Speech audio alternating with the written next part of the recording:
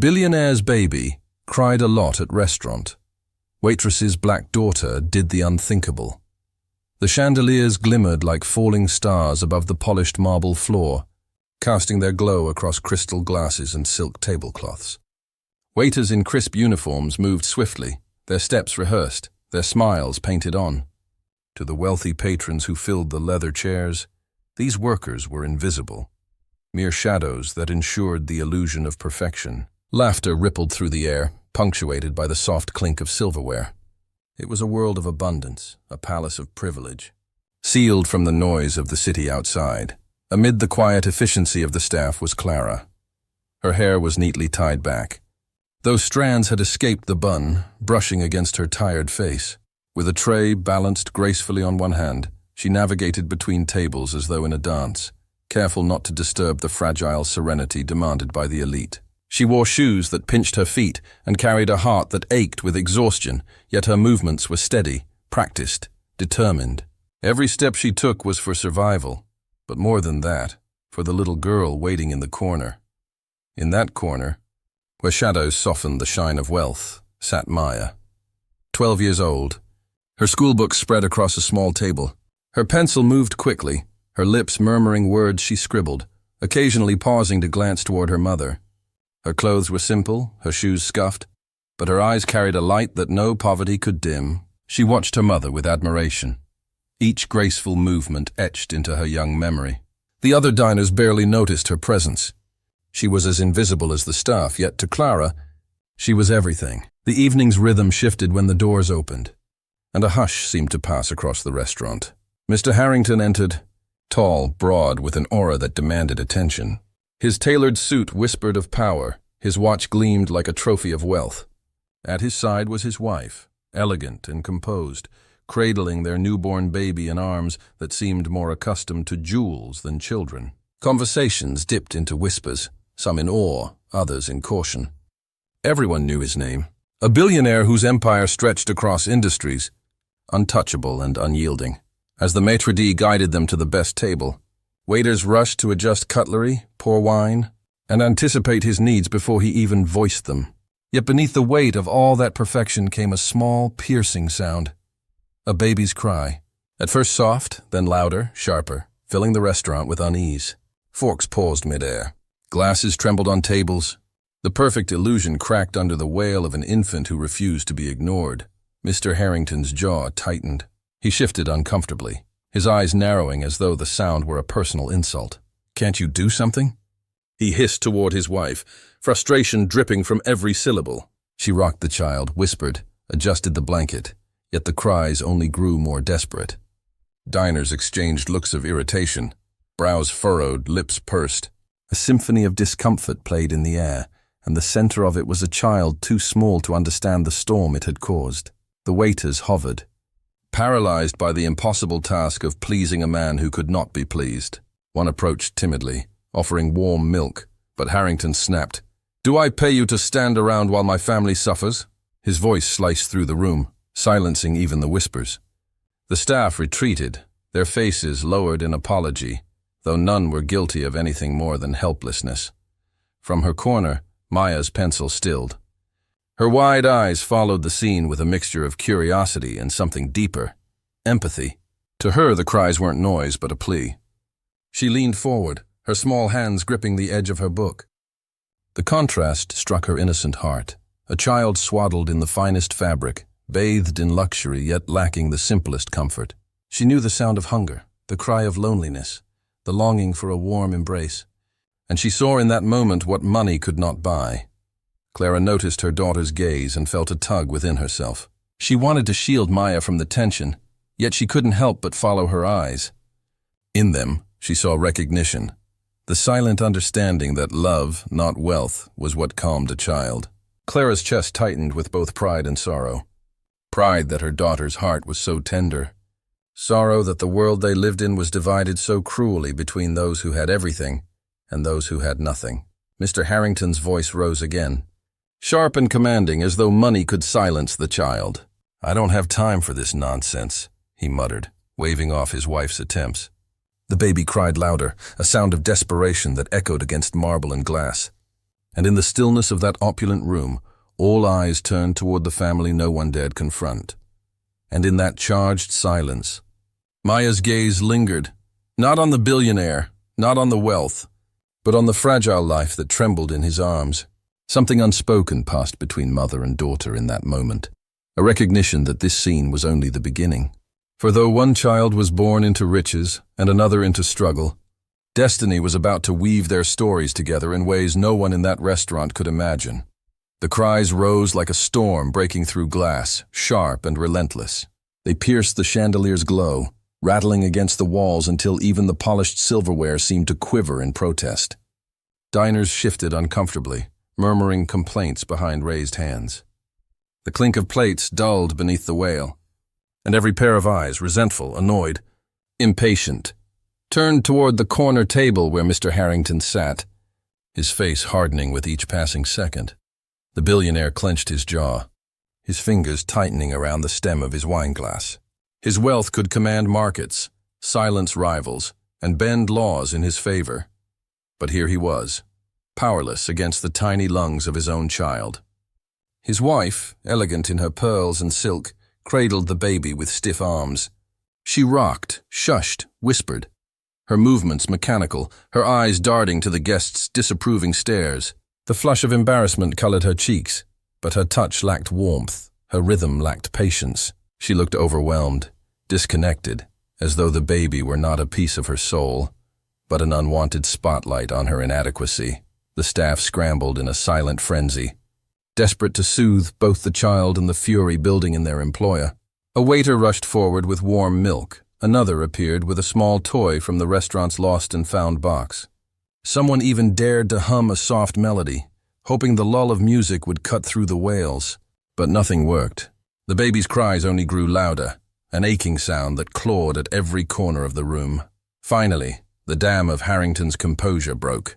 He slammed his palm on the table, rattling the fine china, his voice booming like thunder. "Useless, all of you!" he roared, his eyes blazing. "Do you know who I am?" The room fell silent. Not a fork lifted, not a whisper stirred. His words hung in the air, heavy, crushing. The staff lowered their heads, fear etched on their faces. To them, he wasn't just a man. He was a storm that could ruin lives with a single decision. His anger carried the weight of power, and no one dared challenge him. In the dim corner, Maya's small hands tightened around her pencil. She had been watching, her chest rising and falling as though each cry belonged to her own heart. Memories flooded back, nights when sleep felt distant, when her own tears filled their tiny apartment. She remembered the weary face of her mother bending close, the soft hum of lullabies whispered after double shifts, the warmth of arms that held her even when exhaustion threatened to take them away. She remembered love, simple and powerful, and how it always worked where everything else failed. "Mama," Maya whispered, tugging lightly at Clara's sleeve. Her voice was small but steady, carrying an urgency beyond her years. "I can help." Clara froze, her heart lurching. Her eyes darted toward the scene, then back at her daughter. "No, Maya," she murmured quickly, her voice trembling. "Stay here. You don't understand, this man. He's powerful. If you upset him, we could lose everything." "But Mama," Maya pressed, her eyes wide, shimmering with empathy. "The baby just needs someone to hold him." "Someone to care." Clara's throat tightened.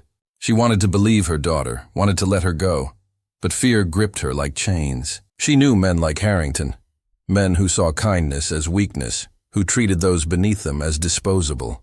One wrong move, and Clara's job, their fragile lifeline, could vanish.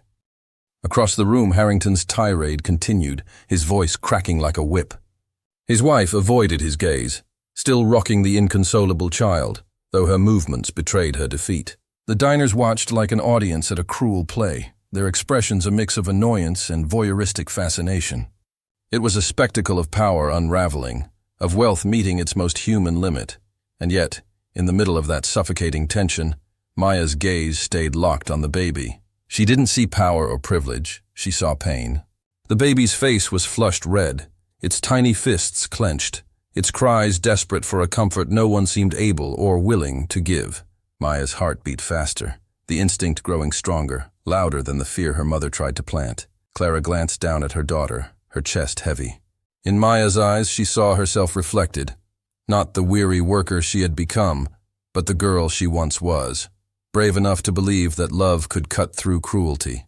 For a moment, Clara wanted to shield her from the harshness of reality, to keep her small and safe. But she also knew seeds of courage were already taking root. Maya's whisper lingered in the air, trembling yet fierce. "I can help." The words didn't just belong to a child. They carried the weight of something greater, a promise of innocence daring to stand against arrogance. Clara turned her gaze back to the Harrington table, the baby's cries echoing louder than ever, the billionaire's fury poisoning the air, and she felt the conflict tear at her chest. Between fear and love, between survival and truth, a choice loomed. The restaurant remained suspended in that fragile silence between cries and command, between power and compassion. And though Clara held her daughter back, the audience of life itself could feel it. Change was stirring. This was not merely a scene about a crying child. It was the beginning of a question larger than wealth, larger than fear.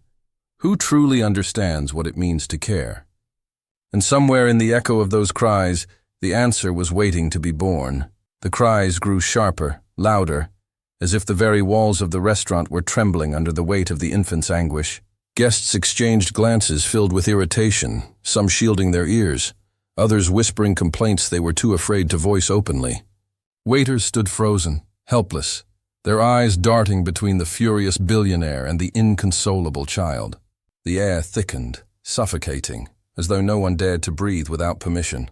Maya sat rigid in her corner, her small frame tense, her pencil motionless above the page of half-finished homework. Her chest tightened with each piercing cry, and she felt an ache she couldn't ignore. She remembered her own nights of tears, her mother's weary arms cradling her, the sound of lullabies floating like fragile threads of hope. And as the noise swelled, drowning out even her mother's fearful whispers, Maya knew she could not stay seated any longer. She rose. It was not dramatic or loud, just a child standing up. Yet in that glittering room of wealth and power, it was a defiance louder than thunder. Step by step, her worn shoes tapped against the marble floor, each sound pulling every pair of eyes toward her. Conversations died mid-sentence. Forks clattered down. The audacity of her movement rippled like a shockwave. What business did the daughter of a waitress have approaching the wealthiest man in the room? When she reached the Harrington table, her voice, though soft, carried across the silence. "May I try?" Gasps filled the air, sharp intakes of disbelief. Diners leaned forward, scandal in their eyes. A poor child, no less. The thought alone was offensive to their carefully drawn boundaries. A waitress's daughter crossing into the sacred space of privilege. It was unheard of. Mr. Harrington's face darkened, his fury igniting at what he saw as disrespect. He surged from his chair, his voice slicing through the silence. "Get this child away from me!" His words exploded like fire, dripping with disdain. His gaze bore into Clara, who stood frozen in terror across the room, her heart pounding so loudly she feared it would break through her chest. She wanted to run, to pull Maya back, to beg forgiveness before everything shattered. But then, something unexpected happened. The baby, still cradled in its mother's arms, stopped thrashing for a moment. Its tiny, tear-soaked face turned, eyes wide, and found Maya. The cries softened just enough for the sound to linger differently in the room. It was as though the child recognized something, warmth, familiarity, an unspoken bond. Maya's small hand hovered in the air, uncertain yet steady, and the baby's gaze clung to hers with a desperation no wealth could soothe. Harrington's wife faltered. For the first time that evening, hesitation flickered in her perfectly painted eyes. She looked at her child, then at Maya, and something shifted. A mother's instinct battling the weight of pride and status. Slowly, uncertainly, she loosened her grip, her arms lowering just enough to allow Maya a step closer. The room seemed to exhale in disbelief. The billionaire's face twisted, his outrage barely contained, but his wife's subtle nod gave permission Maya didn't need, but silently accepted. She stepped closer, her eyes never leaving the infant's trembling face. And then, she did what came most naturally. She hummed. It was not a performance, not a song rehearsed for show. It was a lullaby, soft and unassuming. The very one her mother used to sing when the nights were heavy and tears seemed endless. The melody floated gently through the tense air, weaving itself between the chandeliers and hushed breaths. Her voice trembled at first, but as the baby's cries began to soften, the notes grew steadier, warmer. The miracle unfolded slowly, like dawn creeping over a dark horizon. The baby's fists unclenched, the sobs quieted into hiccups. Its breathing steadied, and the flush of its cheeks softened as it nestled closer into the sound of Maya's voice. By the time her lullaby settled into a gentle hum, the infant had stopped crying altogether. Silence swept through the restaurant. Not tense this time, but stunned. Diners stared with wide eyes, some blinking as though to confirm what they'd just witnessed. The staff stood motionless, their mouths slightly open, disbelief etched across their weary faces. Even the chandeliers seemed to shimmer more softly, as though the entire room had been hushed by a child's song. Maya's eyes glistened as she continued to hum, her heart swelling with both nerves and tenderness. She did not look at the billionaire, nor at the gawking crowd, only at the baby, who now clutched her finger with tiny, trusting hands. Harrington's face burned with humiliation. This child, this nobody, had succeeded where he and his wealth had failed. Power could silence workers, buy silence, command obedience, but it could not soothe his own flesh and blood. His lips pressed into a thin line, his pride suffocating beneath the undeniable truth before him. Across the room, Clara's hand covered her mouth, tears threatening to spill as she watched her daughter, her little girl, stand taller than giants in that moment. Fear gripped her, but so did awe. Maya had stepped into the spotlight, not with arrogance, not with wealth, but with love. And that love had silenced an entire room. The diners exchanged glances, their earlier annoyance replaced by something else. Recognition. The contrast struck deep. Innocence versus pride, love versus wealth, a powerless black girl soothing the child of the most powerful man in the room. It was a punch to the chest, cinematic and unforgettable. Maya lowered her voice to a whisper, finishing the lullaby as the baby finally drifted into calm. She looked up, her eyes meeting the billionaire's wife's gaze. No words were exchanged, yet an understanding passed between them, unspoken but undeniable. And in that charged silence, the world felt different.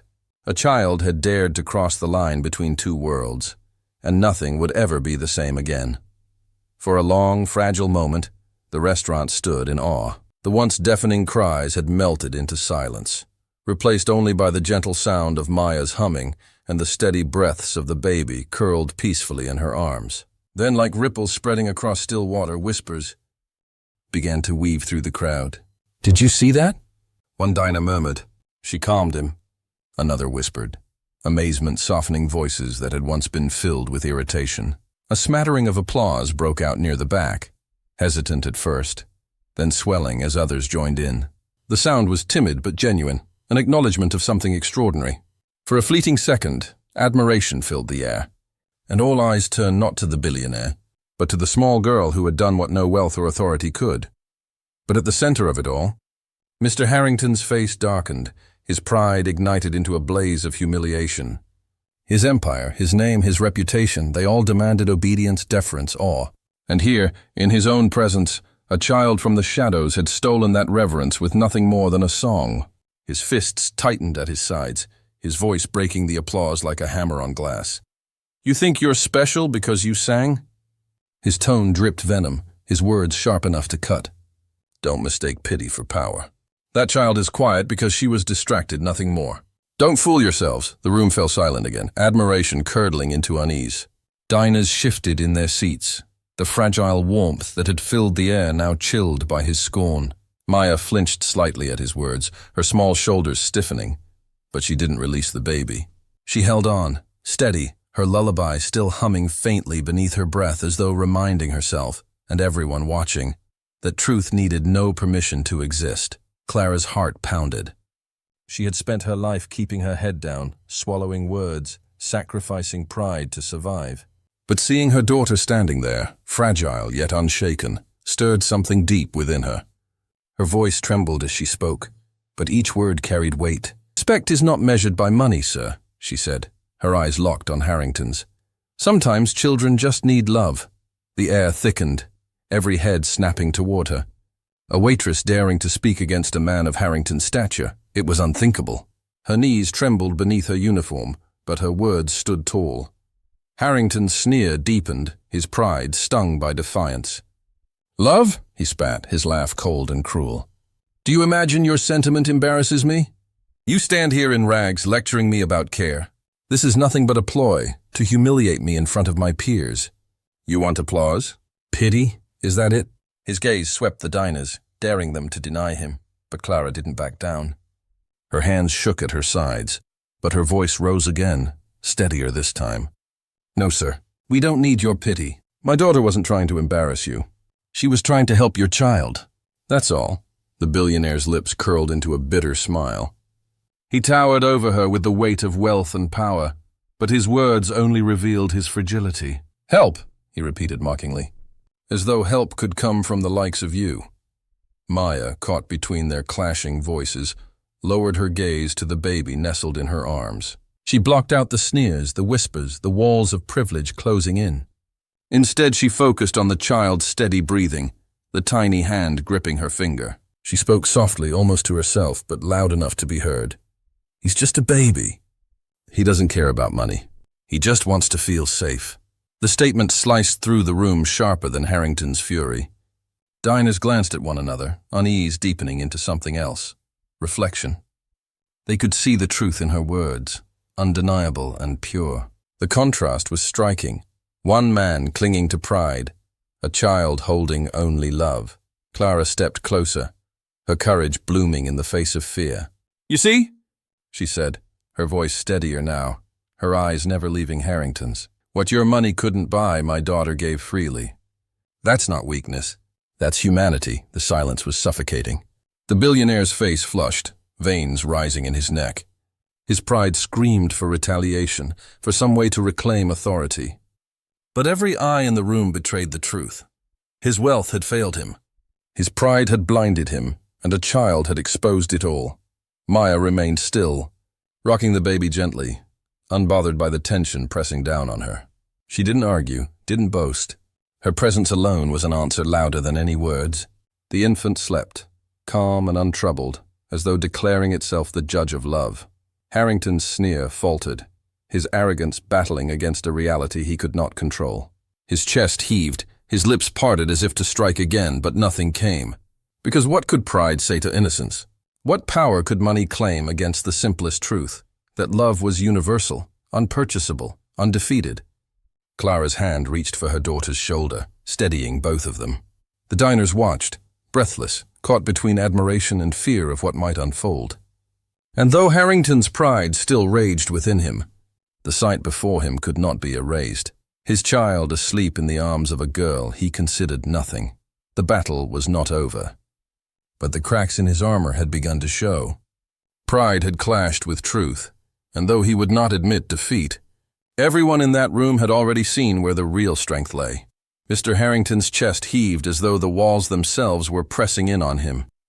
The soft applause, the whispers of admiration, the sight of his child calm in the arms of a poor girl, all of it crashed against his pride like waves against stone. He could feel the weight of every gaze upon him, not with reverence, but with judgment. His jaw tightened. Without a word, he turned sharply from the table, his polished shoes striking hard against the marble as he stormed toward the doors. The grand chandelier lights glared above him, mocking him with their brightness. The cold air outside hit him like a slap. He stood on the steps of the restaurant, his fists clenched, breath clouding in the night.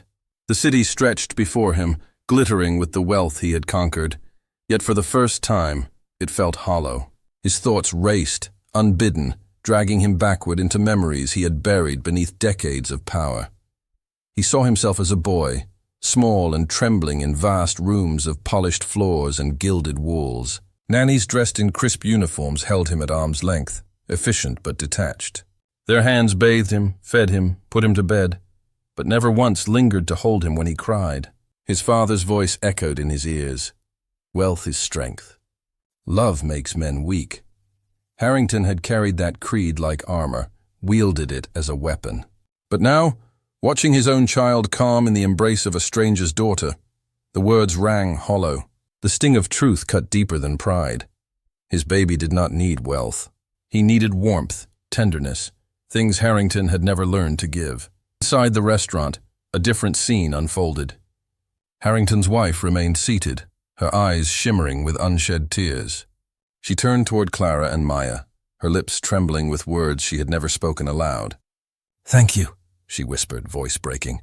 She glanced at her child, now asleep, peaceful for the first time in weeks. "You reminded me what matters, my baby." He smiled for the first time in so long. Her shoulders quaked as tears slipped down her cheeks, not from embarrassment this time, but from release, the realization that her silence, her distance, had starved her own child of the simplest human need. Clara, still trembling from the confrontation, placed a gentle hand over her heart. "He just needed love," she said softly, her voice steady despite her fear. She looked down at Maya, who sat quietly with the baby nestled in her arms, as though the world's chaos did not touch her, and she gave it without asking for anything in return. The diners whispered among themselves, but the tone was no longer disdainful. Their eyes no longer glittered with judgment, but with admiration. A few even leaned closer to one another, shaking their heads at the billionaire's behavior. "All that money and he couldn't calm his own child," one muttered. "A poor girl showed him what it means to be a parent," another said, their words sharp with quiet shame. For the first time, the weight of opinion did not fall on the side of power, but on the side of truth. Maya looked up from the baby's peaceful face, her voice small but carrying. "He's just like me," she said. "He just wanted to feel safe." The statement was simple, yet it rippled through the room, planting itself in every heart that heard it. The contrast between wealth and love had never been clearer, and in that moment, no one could deny which one held true value. Outside, Harrington pressed a hand to his forehead, his breath ragged. His pride screamed to march back in, reclaim control, crush the humiliation. But another voice, quieter, older, rose within him, the voice of the child he once was. A child who had cried into pillows while nannies ignored him, who had longed for arms that never came. That boy whispered now, "Do not make him feel what I felt." For the first time in decades, Mr. Harrington felt small. His empire, his fortune, his power, they all stood useless before the need of his child. And in that breaking point, as the city lights blurred in his eyes, he realized that the wealth he thought defined him had blinded him to the simplest truth. Love was strength. Inside, Clara held her daughter's hand tightly, while Maya, with the baby still against her chest, looked like the quiet center of a storm that had shaken the entire room. The guests who had once ignored her presence now saw her clearly, their admiration undeniable. A shift had begun, not just in the Harrington family, but in the hearts of everyone present. The night had revealed a wound money could not heal, and though Harrington stood outside wrestling with his pride, the truth had already taken root. The smallest voice had carried the greatest lesson. The heavy doors creaked open as Mr. Harrington stepped back into the restaurant. The clinking of glasses and hushed murmurs stilled at once, as though the entire room was holding its breath. His figure, once towering with authority, seemed smaller now. Shoulders no longer squared in arrogance, but weighed down with a humility foreign to him. His eyes scanned the room until they fell upon the sight that had seared itself into his soul. A child of no fortune, cradling his son with a tenderness he had never managed to summon. Each step toward her felt like walking across burning coals. For a man who commanded boardrooms and bent nations to his will, lowering his pride before a waitress's daughter was agony. Yet there was something purer than pride stirring inside him now, guiding his feet. When he reached the table, silence blanketed the air so thickly one could hear the baby's steady breaths. He cleared his throat, his voice strained but genuine. "Thank you," he said softly, the words almost foreign on his tongue. His gaze met Maya's, and he faltered for a moment before pressing on. "I did not know how to be a father. I thought money could provide everything. But you—" his voice cracked slightly.